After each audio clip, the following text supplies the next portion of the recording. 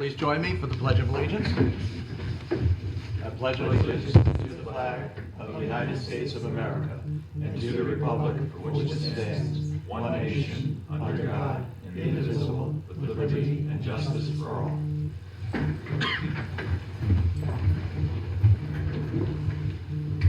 All right, let's start off with a roll call. Mr. Buck? Here. Mr. Denver? Here. Mr. Wilkin? Here. Ms. Smith? Here. Supervisor Williams? Here. Counselor, would you like to read the public notice? Yes. Public notice is hereby given that there has been introduced before the Town Board of the Town of Patterson, New York, on March 23, 2022, an amendment to Patterson Town Code Chapter 154 entitled Zoning, which amendment will amend Section 154-27 Permitted Accessory Uses, Section 154-74 Minimum Construction Standards, and Section 154-112 Hotels and Motels. Now therefore, pursuant to Section 20 of the Municipal Home Rule Law, the Town Board of the Town of Patterson, New York will hold a public hearing on the aforesaid amendment at the town offices, 1142 Route 311, Patterson, New York, on April 27, 2022, at 7:00 p.m. in the evening of that day, or as soon thereafter as may be held, at which time all persons interested therein shall be heard. The town board will make every effort to assure that the hearing is accessible to persons with disabilities. Anyone requiring special assistance and/or reasonable accommodation should contact the town clerk. I would ask that anybody present here, if they have any comments on this or have any questions, if you would approach the mic. Hearing none? Motion to close? No. I would ask that nobody is joining us by Zoom? Nope, sorry. Is it working? It's working. There's just nobody there tonight. All right, Charlie, you're up. As I was about to say, close the public hearing. Would now be the time for town board members to make comments or Sure, if you'd like to make a comment. ask questions? Yeah. Okay. For discussion. Okay, thanks. So I'm interested to know if these changes would enable the large-scale warehouse operation to grow cannabis in a warehouse. Is that, Can you see anything in here that would do that? Is there Yes. anything in the law that suggests that that would occur? yes. Where? Yeah, well, I just want to double check. So when we're striking, let me just go back here. So in section 2, 154-27B, B1, we're striking out no, we're adding any, farm structure or building or structure or building for the housing of any permitted farm type, animal, or the storage of manure or other odor or dust producing substance shall, and we're striking out be permitted with 100 feet of any property line, and we're adding comply with Article 10. Correct. Okay, so does that enable what is on our agenda, No. your Because agenda, Ballyhack Farms? If I can explain. Okay. If you go to Article 10, Article 10 has the same requirement. So then rather why than- are we making the change? So why are we making the change? Just for clarification in the code. It in no way, shape, or form changes the application that's been received by the planning board. So we've received an application already? Yes. All right. We received an application for, can you just describe to me what the application is for? Can we wait till we get to it on the agenda? I guess so. Then I'll, Supervisor, sorry, we have somebody joining via Zoom. Maybe they have public comment after Mary. I'm sorry, Mary. go ahead. They can- Okay, so we've opened the public hearing on the zoning changes. Anybody joining us by Zoom, do they have any comments or questions?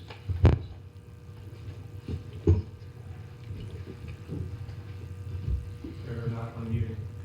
So no, it's not. Okay. All right. So just to clarify, for the record, the zoning change is to clarify that section, Yes. not for any future projects No, that we have. absolutely not. Sue, can you go get me a code book, please? Supervisor, I have Article 10. if You that's- have Article 10? I have Article 10, I was looking at it earlier today. Okay. I was So, looking at it also. Do you so- have that section? All right. So, Article 10, Section 154-44 says, C, no storage of manure or other odor or dust-producing substances shall be allowed within 100 feet of any road or property line, nor within 100 feet of any stream or body of water. So, the reason that we're deleting this one section is because it's redundant and unnecessary. And then, you know, in going through the changes with the staff, they felt that saying any farm structure instead of no farm structure would add clarification on their part as to the fact that it applies to pretty much all farm structures. So I'm still not clear on them why we're making any changes. Just to clarify the code. All right, so does this change impact the request that is currently proposed, put in front of the planning board? No, It doesn't enable it in any way? no. So what is the status of that project right now? Do you want to bring it up to the front of the agenda, or do you want to wait till we get to it on the agenda?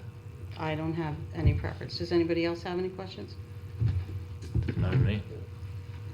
Because I've got it on the agenda to appraise the board about the application we've Okay. made, so that we could go through it and talk about, Okay. you know, the approach. And the approval on the zoning isn't until further down on the agenda after that discussion, so this is just for the public hearing portion. Okay. Okay? Yep. Do you have comments on any other section?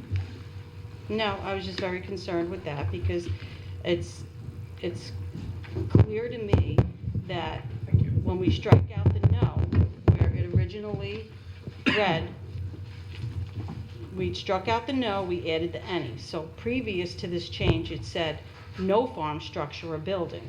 And I understand that this request coming through is being presented as a farm structure. Is that true? It is being presented as a farm. Okay, Yes. but it will be a structure. Yes. Okay, so then this is impacting that project. How do you So, and figure that's- that? Because if we, without the change, it says no farm structure or building or structure or building for the housing of any permitted farm type, animal, storage, manure, odor, dust, which, we have been informed that this project, this building will produce odor, dust, noise. It's saying that if we leave it the way it's written, then that project cannot move forward. It's obvious with this, that's what this change is for. That, I'm just pointing out the obvious. Jamie, do you have an opinion on this? Well, it still says that in the code, though. It says it in section Article 10. So What does it say, exactly? Well, I handed up the It code says, provision, but no building or structure used for the housing or maintenance of, is that the section A? C. Oh, I'm sorry. No storage of manure or other odor or dust-producing substance shall be allowed within 100 feet of any road or property line, nor within 100 feet of any stream or body of water. All right, but if you go down further where there's a sentence added that is not part of this section, it says, if you read it, it says, or dust-producing substance shall comply with Article 10. Right. So it's saying then it will comply with Article 10. If we Correct. so now we're saying any farm structure or building or structure or building for the housing of any permitted farm type animal or the storage of manure or other odor or dust producing substance shall comply with Article 10. But you're telling me Article 10 is saying the same thing. It's not allowing it. But this section, when we strike that out and add that last sentence, is saying it is complying with it. oh, the way I read it is saying that it has to comply with Article 10. Well, shall means it is. Shall mean it means It it must. So shall comply with Article 10. Yeah. Producing substance shall comply with Article 10. Yes. Okay, so, and what does 10 say? then I don't see any purpose of changing this. If 10 is the same Mary. thing and it's redundant, I don't see any reason to change, other than, to me, I'm seeing this, that it's being changed to enable a project that has been presented to the town that some of us have not been in agreement with. Okay, and I'm telling you, that's not what this does, that's not what it says. It Okay. provides clarification. If you are that concerned, we don't have to make the change. Okay. It was just clarifying what's in the code. Okay. Yes, I would even suggest if we want to compromise a little bit, maybe waiting, tabling it till after the project's gone through the process, whether it gets approved or not, and then maybe revisiting to clean up the code. True, but there are other You just mean that one code, section, there are right? other code changes that I would like to see move forward. So I would be more comfortable if the board is not comfortable with changing that language.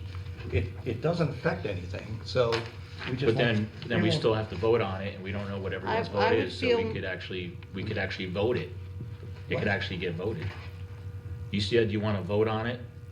Why don't we just remove I think what you're saying is, why don't we just remove that one area from the changes? There's still a lot of other changes that relate to other parts of the code.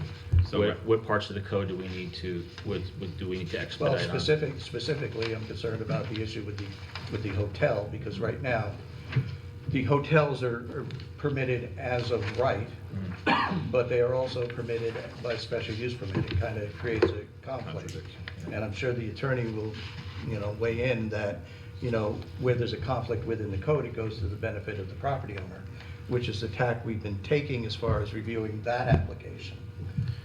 But I'm hoping not to create any sort of confusion in the future going forward with that project.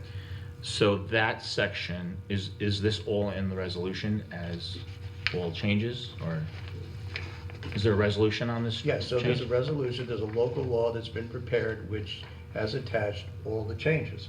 It's very easy just to say that we're not going to make the changes to, just exclude. exclude Well, I think B1. that if we had a work session on this and it was explained and we went through it in more detail and had the opportunity to ask questions rather than just having it handed to us now, I just It think wasn't that I would handed to you be now, it was more handed to you a comfortable. month ago, Mary.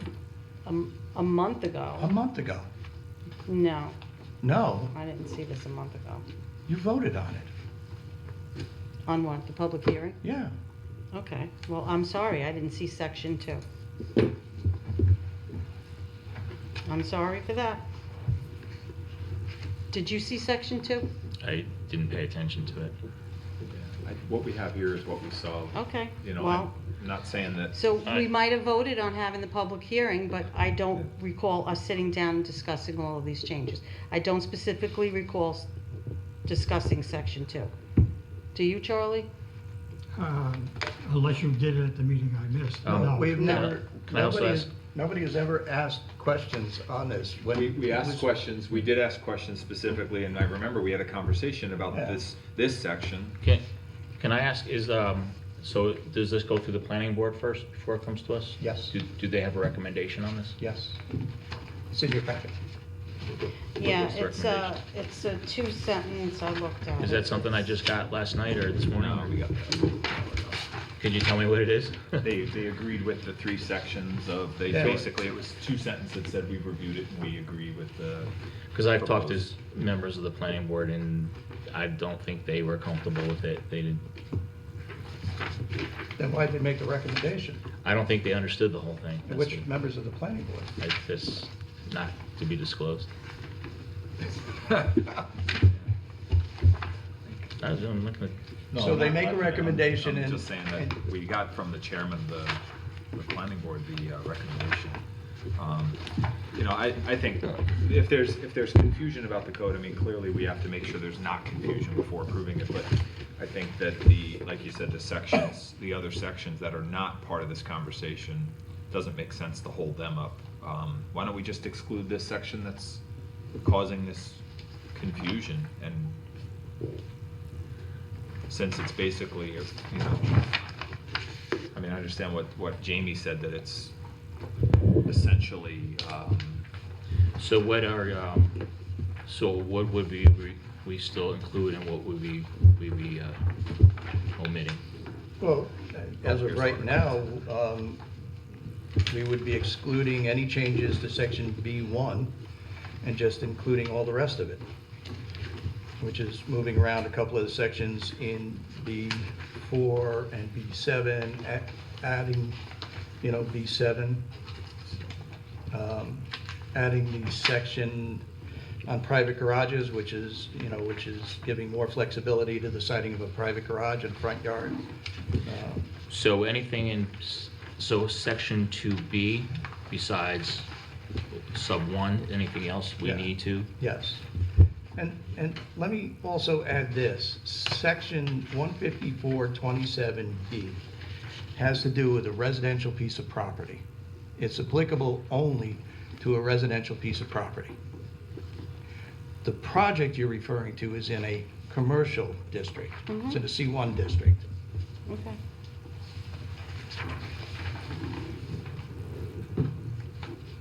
Well, I don't think that we discuss this fully so that we make sure that we understand when these changes. And in light of everything and what's going on in the community and their concerns, I think that we should sit down and, before making these changes, and discuss them in depth and how they're going to impact what we're doing, what the projects are in the town, rather than just making changes. And, I think what you're referring to, Mary, is more of a procedural issue that we do zoning amendments all the time, right? So we get a zoning amendment, we get it as a board, we get time to review it. We bring it up for discussion and set in a public hearing. What you're saying is with zoning amendments, to fully understand it, maybe we need to do a work session to go through every one so that the supervisor can explain the impact of these. Because Yes. what you need to do, and maybe we're all remiss, all except Rich, in looking at the existing code and really cross-referencing, okay, here's what the code says, here's what the intent is by the change. But that's by us doing our due diligence in probably a work session to go through every one. We had a discussion on this. It's not the first time we've said that. What's that? It's not the first time I've said that, No, to have a I'm work saying though, session like and do some of the that. stuff we did talk about at the meeting, because like I said, I remember specifically Some. talking about some because I had a question about it, so I brought it up. And so it's incumbent upon all of us, and I agree, I didn't Well, read every single section which is either. why I'm bringing it up Yeah. now. And But- if you feel as though that I should have brought it up before, maybe I missed that and I'm bringing it up now. This No, I is the understand. second I'm saying opportunity that for me maybe to do that. procedurally, when we do zoning amendments, we should just by matter of procedure, say, let's set either a work session on it and just I do it agree. that way. I think also, speaking procedural, I thought in the past when we had public hearings and then we had resolutions, I thought we kind of felt that it wasn't appropriate to vote on that resolution the night that we have the public hearing. Sometimes that's true, when we get a lot of public comment, Yeah. On like we don't approving a have public project comment. or something, yeah. I don't think there would be a lot of public comment because I don't think a lot of public understands or would know this or anything, so. But still, I mean, we're having questions about it, so I'm sure the public might have questions on it, not knowing what it is. Well, I would say, I don't have a problem with this, but in deference to Mary, that if we're going to have a public hearing, we continue a work session, excuse me. We continue the public hearing till our next meeting.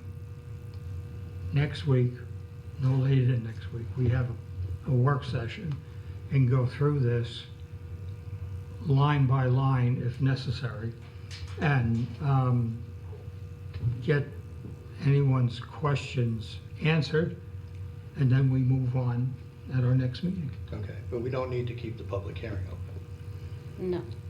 And just to say, it doesn't help that on your agenda is the Ballyhack Farms, the same night that we're doing the public hearing and making zoning changes, if that makes it It's more. on my agenda because there was an application submitted to the planning board, I know, but it happens to be the same night we're making changes, so. but the changes are not related. It's all a Yeah. perception, so. Well, I'm not Okay. going to argue perception, Motion to but close the public hearing. Second.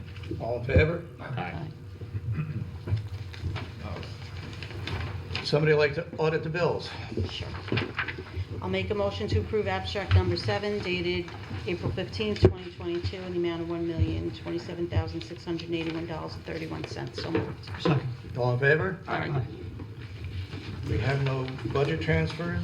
Mr. Mandriano, you were at bat. Okay, first on my agenda is the Putnam Lake Park District seasonal lawn maintenance bid. So the bids are in. We have 3 bids listed here. Colonial Town Landscaping came in the lowest bid, so I'd like to, we have a resolution here. I'd like to approve and introduce this resolution into the record as read to award Colonial Town Landscaping the seasonal lawn maintenance contract for Putnam Lake Park District in the amount of $10,800.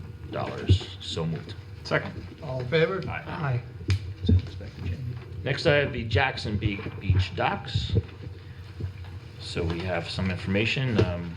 So this, the money was grant money or? Yes, this is the, $100,000 from the state cabinet. Great, awesome.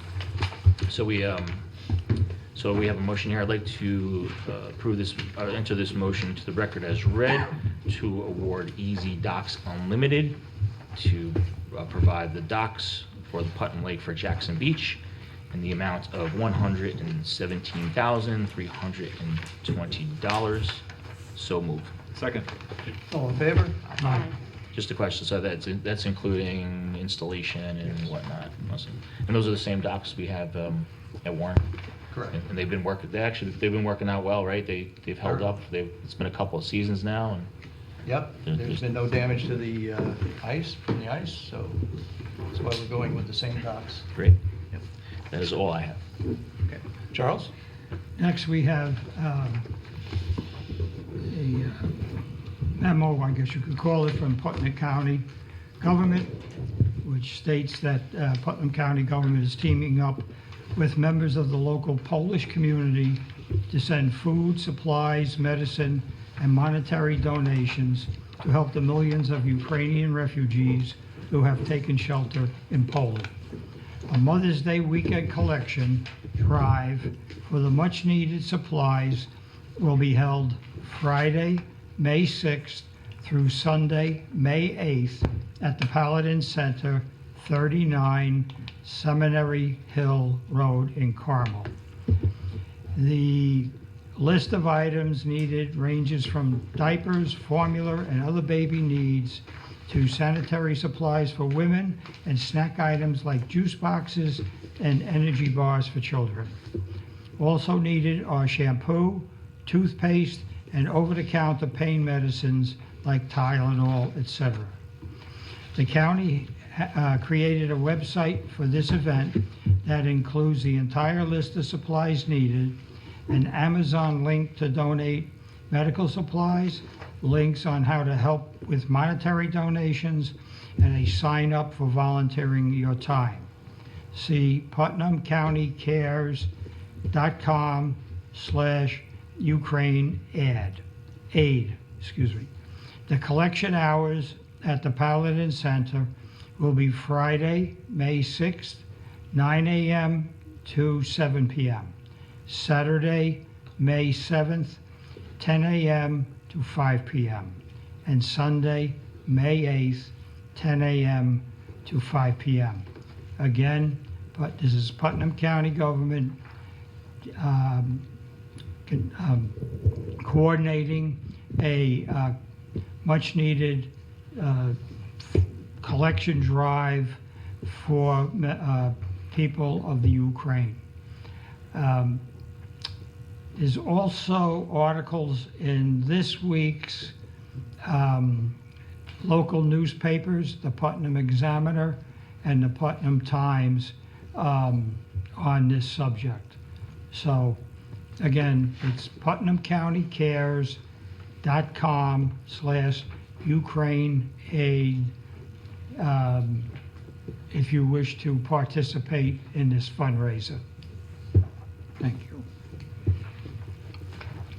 The nice thing about the Amazon link is is that if you purchase something, they ship it directly to the Paladin Center. It'll get it sent, you don't have to bother with drop-off, and they have a Oh, list that's of great. a lot of medical supplies on Amazon. It's like 2 pages, stuff ranging from $9 to $150, you know. A lot of wound care, you know, that sort of items. Well, that's good. There's a pretty That's good, great. pretty good list. Thank you, Sean. Sure. Next, we have the subject is military tribute banners, and we've discussed this before. We've had a couple of folks come in, make a presentation for the town of Patterson to put up these banners like you might have seen in other communities. The banners will be 30 inches by 60 inches. The town has committed to purchase brackets used to place the banners on utility poles. And we've got the approvals from any utility. No, Not yet. not yet. We've got DOT's approval. NYSEG has not been as cooperative, but the applications are all in and pending. Okay. Thank you. I'm assuming they would approve them because we see these banners in other towns on poles, so. Yes. Okay, the cost of the brackets for the for military tribute banners is $55 each. Supervisor is recommending that the town purchase at this time 60 brackets for a cost of $3,300. Shipping will be an additional $119. Total cost for 60 brackets is $3,498. Unless anybody has an objection, I'm going to make a motion that we do this. I think we committed to do this. We should do this. We just need to hear from this committee about the particulars so that we can move forward in putting people in for this type of honor. So I will make a motion that the town board approve an expenditure not to exceed $3,500 for the purchase of brackets for the military tribute banners. So moved. Second. All in favor? Aye. I'm good. Sean? Okay, next up, we discussed this at the last meeting, is the town's emergency action plan. There was a request for some additional information related to our incident command structure. So that's been included into the plan. That's simply a hierarchy, a chain of command for any incident that would occur at town hall.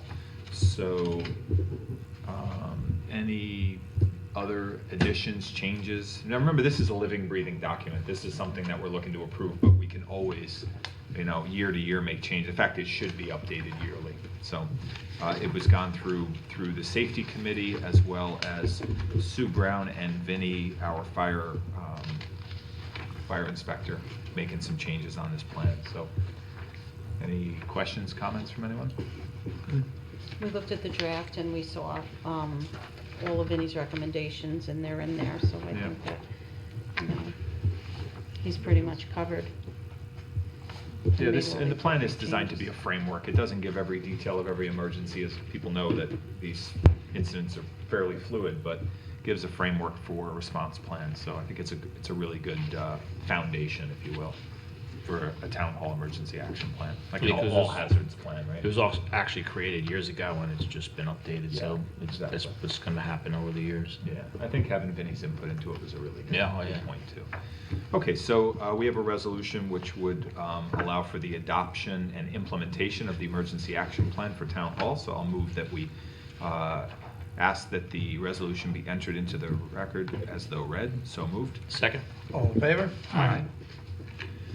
The next item we have relates to our video conferencing that was used. We've used it, remember, at the beginning of the pandemic, at one point we were under the emergency directives from our Governor Cuomo at the time.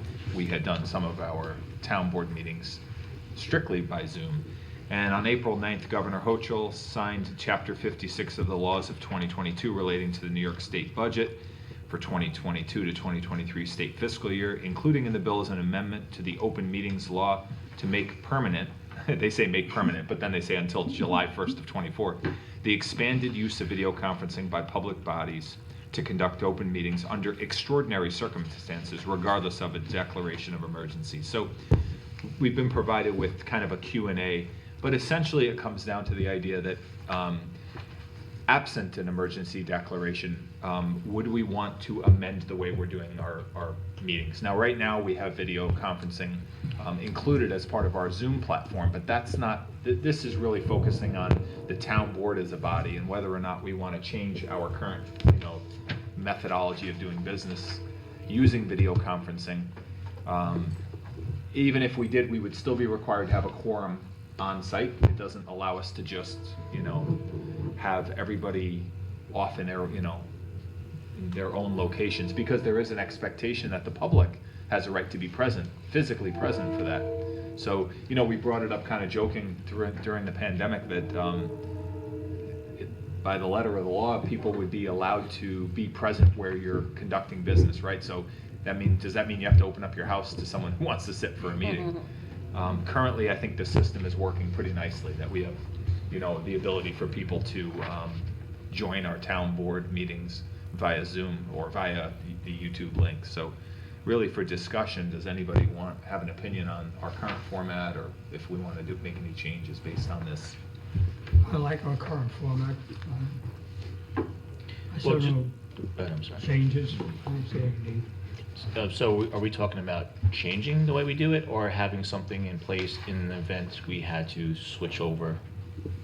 So, go ahead. This law doesn't affect what we're doing right now, but it would allow us the ability to change if, say, some town board member had, a problem with an elderly family member that they had to stay home, but they could still then join us.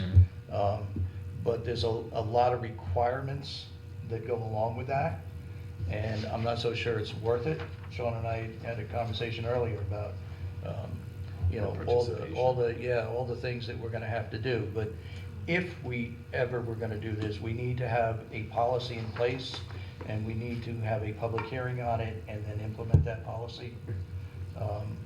And so I wanted to, because this is a new law, I wanted to throw it out. I don't know that anybody needs to, deal with it tonight, but you need to be aware of it. And then if we are gonna do this, we need to work on getting the policy written and, having the public hearing so that, God forbid something happens that a town board member, broke their leg and they're sitting in traction in the hospital, they could still participate by Zoom.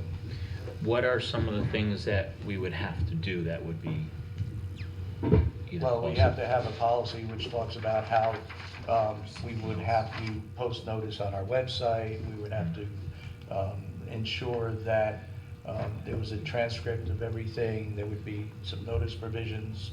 You got it in front of you? Well, I was keying in on one thing that it said that the, let's see if I can find it. Except in the case of executive sessions conducted pursuant to the Public Officers Law, the public body must ensure that members of the public body can be heard, seen, and identified while the meeting is being conducted. Like right now, I guess Paul has the ability to see them, we do not. We know they're there because he tells us they're in, but there's certain aspects that might change maybe our, This sounds like what we were doing during the pandemic. Right. Yes. And under an emergency declaration, if that Yeah. were happening, and I think that would allow for that, that's different. So I think that's what they're doing, what this whole thing is about, because that was under emergency declaration, and we were allowed to do that. But maybe if there was a local emergency or something where we couldn't meet in person like this, where we'd have to go back to that.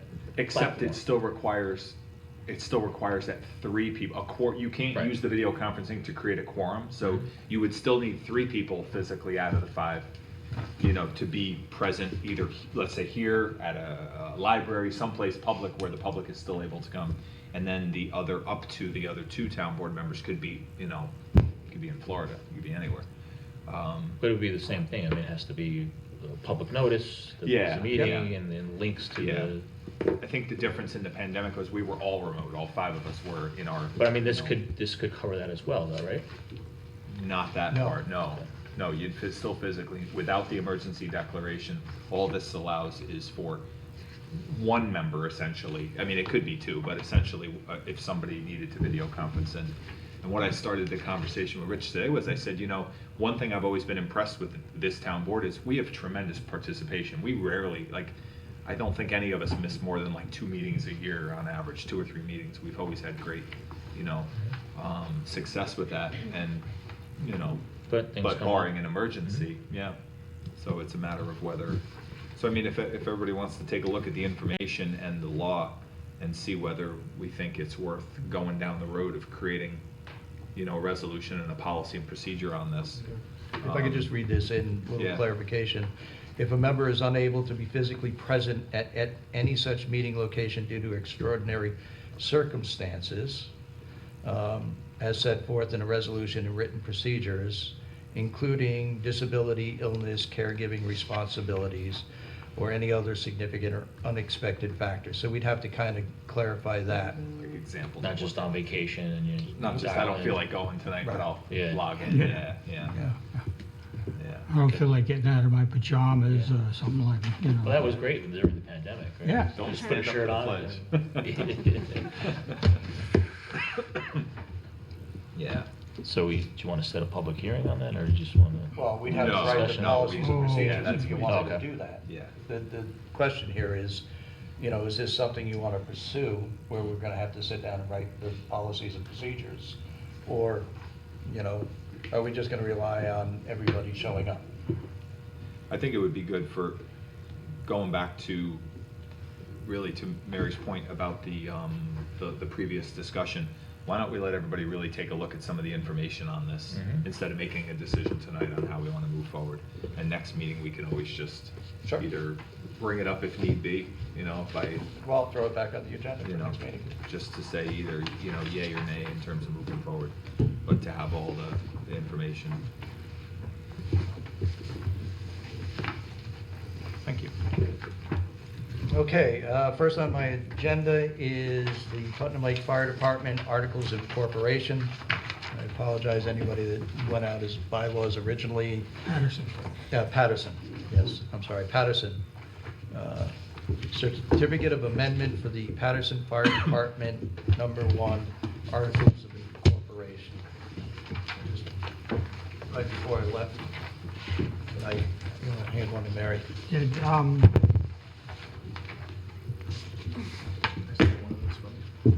is this something we have to do each year? No, No? no.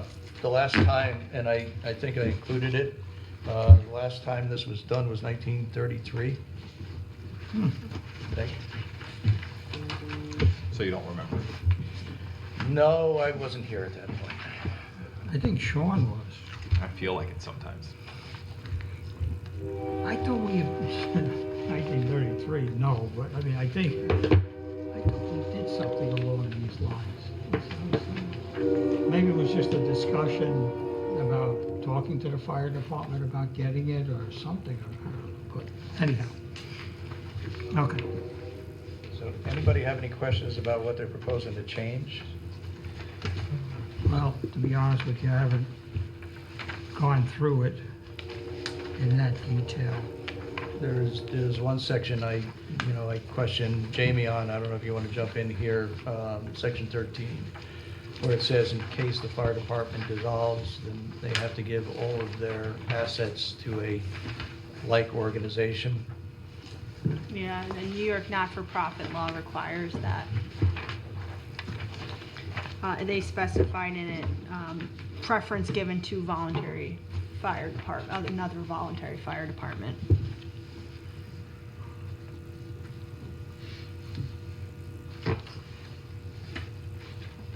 You know what, if we're gonna have a work session on the zoning amendments, let's include this so we can get a chance to read this, and that's my suggestion. If everybody else is real comfortable, fine, I'm okay.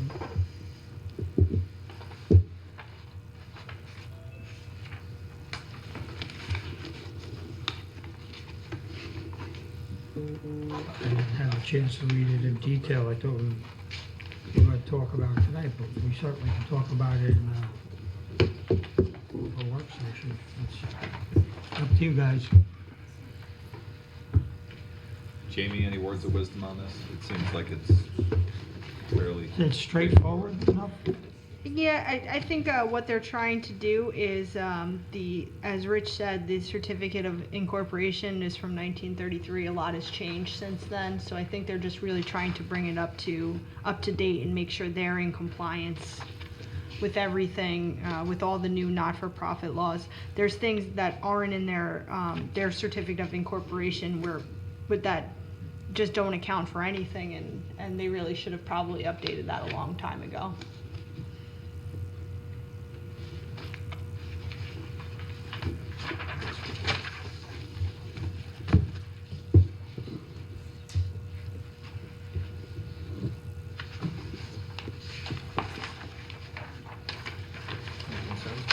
Yeah, I'm fine with it. Mary? I'm good. Good. Charles? I'll be good. Okay.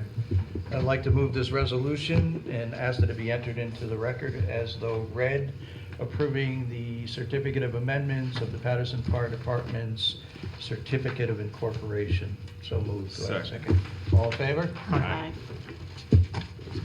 All right. So next on my agenda is to update the board. The planning board last week received an application. I had advised the board that there was an individual who bought a piece of property along Route 22 on the south end of town, and he was looking to put a cannabis growing and light manufacturing facility on the property. In my opinion, when we had this discussion, and this discussion actually goes back to, I think, April of last year, when I apprised the board of, the cannabis law and the potential changes.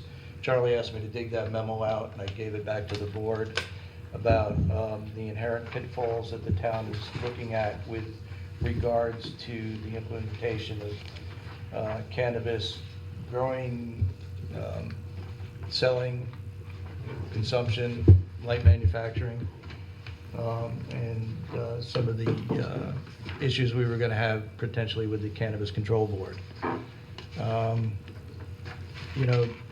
I know the board's position on this. I think the board is well aware of my position on this. So, but I wanted to make you aware and elicit any feedback. I also, gave it to the town attorney, to render an opinion based on the law that was adopted, what our, legal ramifications are and what we can do. I've been, on behalf of the planning board and my other hat, going through the application. As Mary pointed out earlier, they submitted this as a farm. That's something I didn't see coming. I don't know that I would consider this a farm. I don't know that my opinion would hold water. But, for me, farming is an individual, using the soil and trying to grow crops and livestock, not, a factory where they're, manufacturing marijuana. I just don't see this as a farm at all, but again, I don't know that my opinion would hold up. I'll let Jamie, weigh in on that. There are a number of issues with the application. It's going to be a fairly complicated application for the board and potentially for the zoning board, because my opinion is, if it goes forward, if they proceed forward, it's going to have to go to the ZBA as well as the planning board. And then there is another issue with what they're proposing to do, just so you're all aware. They're looking to put a driveway coming from the property out across the town road and out onto 22. Well, that's going to bring in the town board and whether you're going to, approve something like that. But the issue that we have is, whether we've been taken out of the game by the state legislation. And at that point, I'll let Jamie weigh in. Yes, we're still not entirely clear what the state is going to do with the cannabis statute, because there's these regulations that they keep talking about putting forward, which, you know, they've moved forward with some of them, but really the local municipalities don't have a very clear understanding because they haven't ever completed those regulations. So it does appear from the way that the statute is written that they do intend to preempt a lot of what the local municipalities can do when it comes to regulating these uses. But like I said, we don't have a fully clear understanding of it because they haven't put forward the regulations. As far as farm use, I can understand that concern completely. I have seen a lot of guidance material that seems to imply that that may be where they're going with the growth element of it, calling it agricultural use. They haven't amended the Ag and Markets Law yet to add this as a crop, but hemp is in there as a crop. So it does seem like that may be the avenue that is taken. And if that is the case, and this property isn't in an ag district, but if it was a property in an ag district, we'd have even more issue. And going forward, we could have more issue if properties within ag districts do start trying to put forward these kind of uses. But we're still reviewing everything that comes out as it comes out, and we're all in a very difficult position because we have a state that changed the law and it hasn't told us how they're going to really issue that. Because they Is don't know. that state commission fully operational? There is a board. A board? As of February, I believe. And they have so far issued 50 licenses to grow. This facility is not one of them. Yes, I think most of the licenses have been issued to places that had medical marijuana licenses and now have been issued licenses for growth for recreational purposes.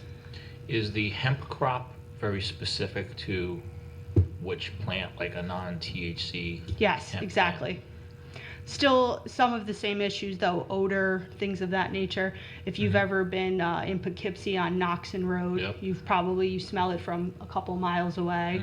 Security, issues with security because folks don't realize, I guess, that it's hemp, and there's signage. The signage specifies industrial hemp to, I guess, discourage people from trying to come onto the property and take it. And they wonder why they're not getting high after they smoke it.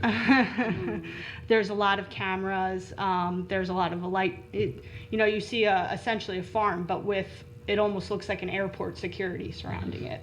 Yeah, the fencing and So stuff. if the project that's being proposed, the area is not zoned for the project, then what are the implications on us? We can't put something through that's not zoned for But it is such a zoned. project. It's a C1 commercial zoning district that allows both farming and light manufacturing. That allows farming, It allows farming. but it's not. We allow farming anywhere in the town of Patterson. And there's But they're putting it under the umbrella as farming. Previously, they were not. And now, because they realize that it's not zoned for the project the way it was originally proposed, Well- they're now putting it under the umbrella as farming? So they never made an application for this project under any other zoning. They had a conversation with me about whether I thought it was permitted, and I had a conversation with this board that, in my opinion, this type of operation is not farming, it is something new, and I talked to the board about potentially changing the zoning to address that. The board was not interested. My opinion, and it hasn't changed, this kind of falls into neither fish nor fowl, you know? For me, a farmer raising dairy cattle or, doing a tomato field or a wheat field, hay, is farming. It has to do with the land, it has to do with the outside. This to me is I've been learning a little bit more about this as we go along, and there's a term out there called factory farming, where they're doing, more and more crop raising, you know, not only cannabis, but tomatoes and other vegetables. Controlled Um, environment, and you know what your outcome Yeah, is. You grow aquaculture, all year long. hydroponics, all within a building. This is something that, you know, we've never contemplated in our zoning code. So our zoning code doesn't specify what farming is, as far as, It does specify what farming is. but not, it wouldn't say you can't grow something inside in a factory, or it has to be in a field, or, It's not that specific, you're Right. right.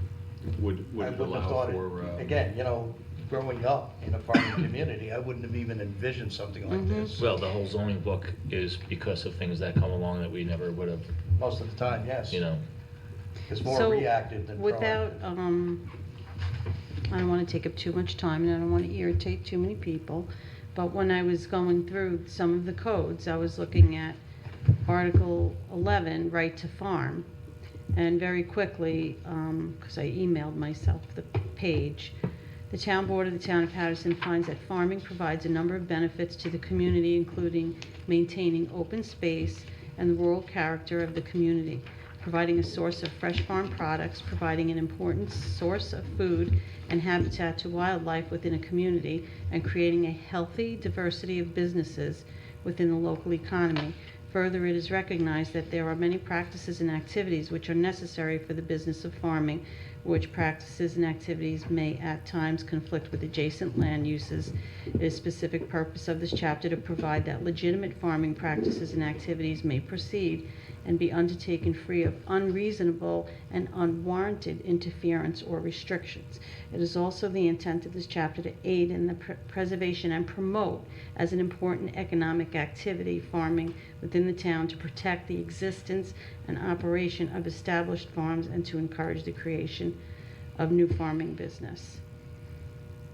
So that was just one of the articles and on the right to farm. But I don't see that this being a benefit to the community, their project, if they're trying to fit it under the farming, and I think that we have good cause to deny it.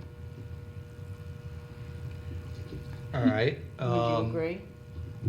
Well, that specific provision in the code, just a little background on that.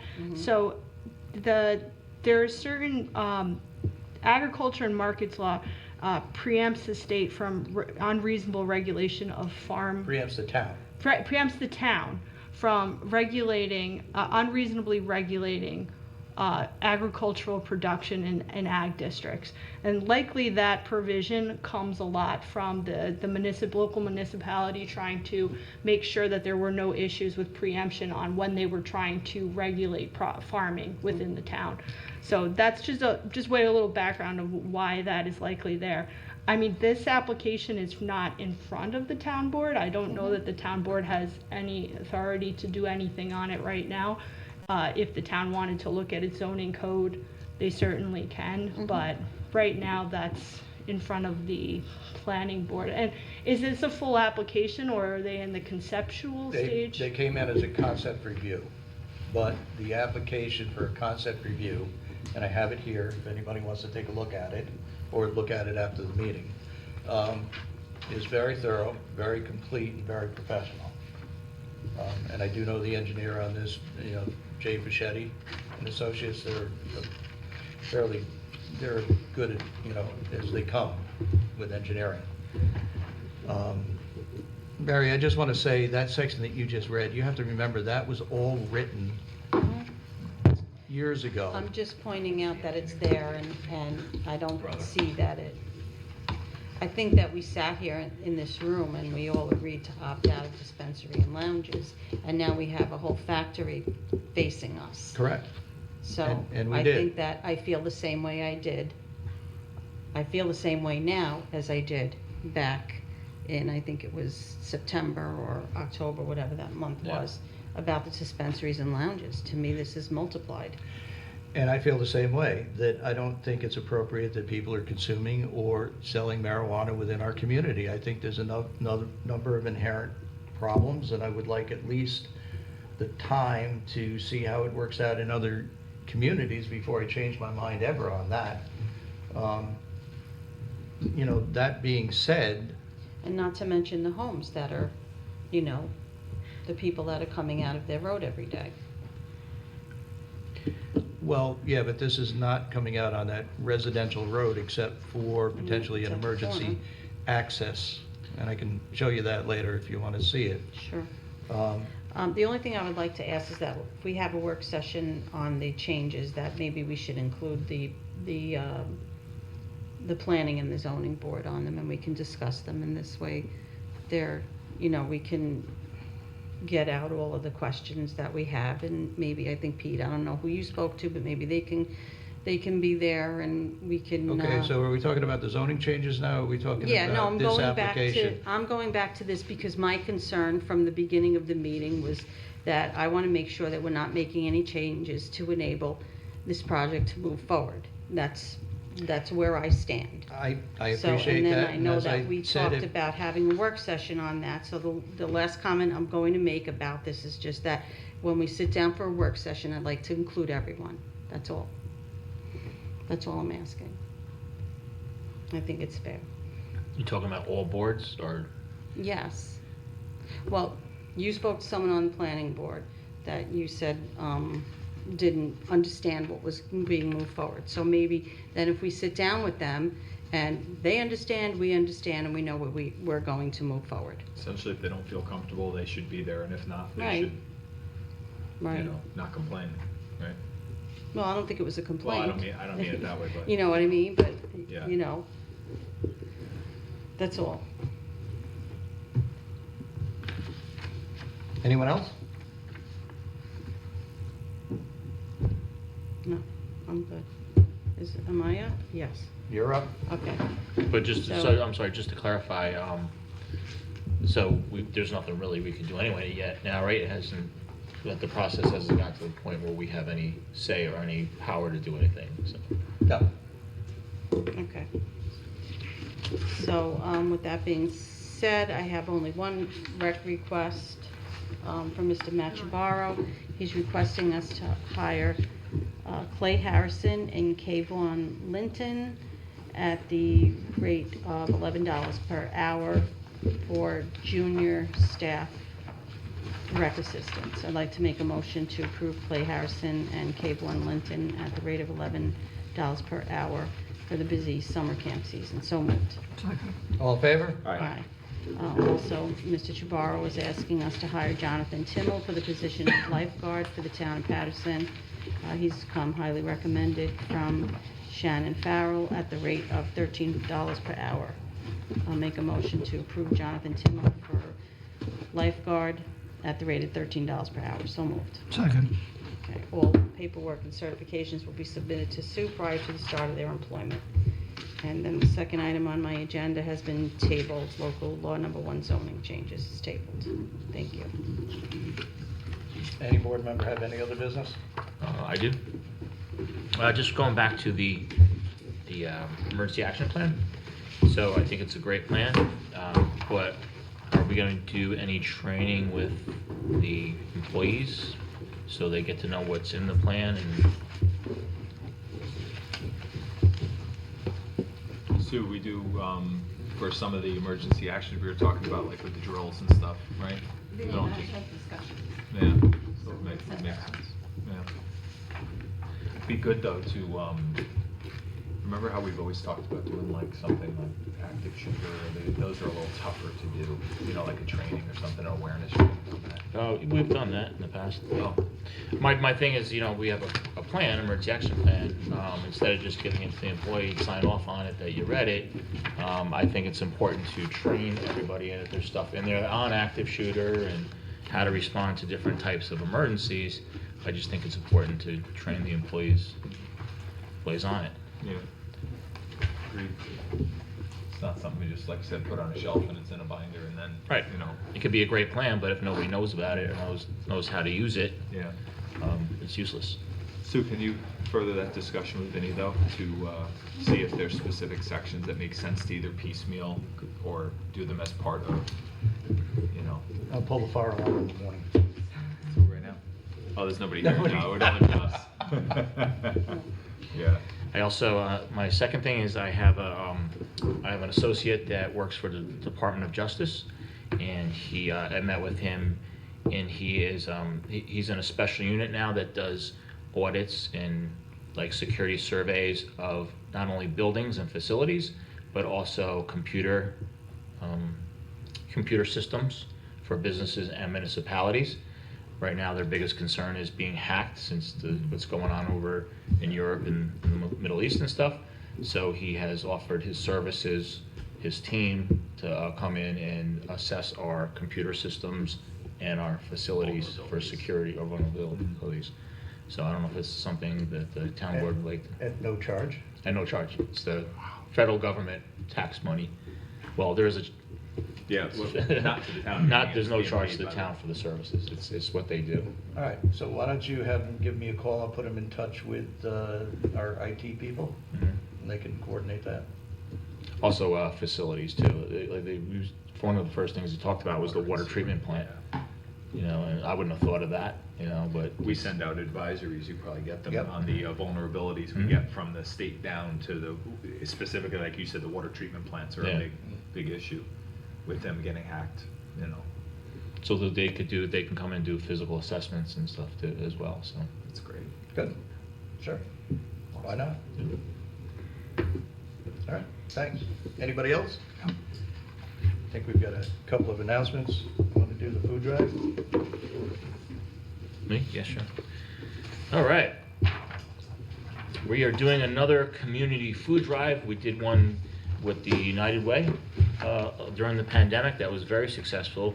We raised a lot of food for the Patterson Community Church. And so we're doing another one. They are getting low, so the Patterson Community Church reached out to me a month or so ago and said that they are starting to get low. They do get some funding, some grant funding, which is drying up, and they are starting to get low on food. So we are doing a food drive right outside here, Saturday, May 7th, from 10 a.m. to 3 p.m. out here in the parking lot of Town Hall. And there's a bunch of items. Will this be listed on the website? I don't know if it's up there yet. I know it's up on Facebook. Yeah, we'll post it again on Facebook as we get closer, and it lists. I think the Patterson Community Church page has it, as well as the Patterson Community Church Facebook page, as well as the Patterson Community Facebook page has it, and it shows all the different items. It's too much to read, but basically it's a lot of canned goods and non-perishable foods. That's pretty much it. A lot of pastas and cans and stuff like that. Just please make sure that your items are not expired. That's something we ran into on the last food drive. It's great that people clean out their cupboards and their pantries, but they don't look at the expiration date, and we had to unfortunately throw out a lot of the expired food, which they can't give away. So, go to Acme when they're doing our ShopRite does that can sale once in a while or whatever, and head on down from 10 a.m. to 3 p.m. You can just stop by. It'll be real quick. We'll help you unload your car. We'll get you in and out. This reminds me of my father-in-law always used to say that charity starts at home. And we're talking about raising and getting supplies for Ukraine. That's also critically important, but this is something that's right in our own community as well. And it's the similar kinds of items that they're looking for. Yeah. So like I said, non-perishable donations. And that's a good point. It goes to local people, Yeah. local families that get their food from the Patterson Community Church food pantry that they depend on getting. And with the rate of inflation right now, I'm sure this is more important than ever. They're probably really being hit hard, so, yeah, let's save that one. That's the same time they're doing the Paladin Center that you mentioned is also in that time, the drop-off location. Next up, we have an announcement that the Putnam Service Dogs organization is doing an event called Fun Minster. Jamie, this is for you and your dog.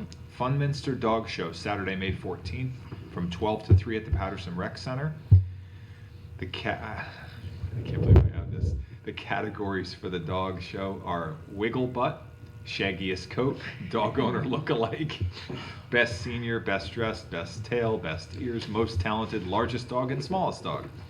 And admission is adults $15, kids $5, 12 and under, and $20 for the dog with a handler. So the information is on at the Patterson Rec Center and on the town website. So Putnam Service Dogs, great event, Saturday, May 14th. Jamie will be there. Yeah, if they had stinkiest, I might win one of We those can cats. probably have them add that. Yeah, You want to throw it up? sure.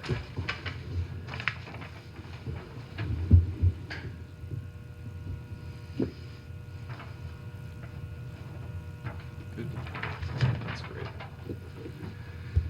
Yeah. Next up, be part of something big, give blood. Town of Patterson Recreation and Parks Blood Drive, 65 Front Street, Patterson, New York. Use the parking lot and the sliding glass doors on the left side of the building to access the community room. This will be held Thursday, June 2nd, from 11:30 a.m. to 4:30 p.m.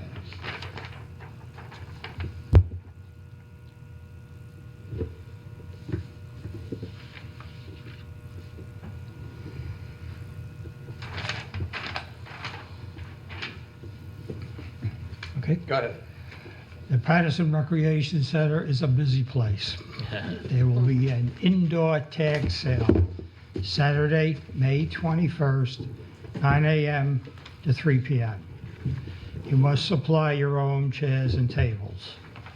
There's a $30 charge per space, a 10 by 10 space. It's limited to 57 vendors. Reserve now. The Patterson Recreation Center, Front Street, 845-878-7200. It's a pretty interesting graphic.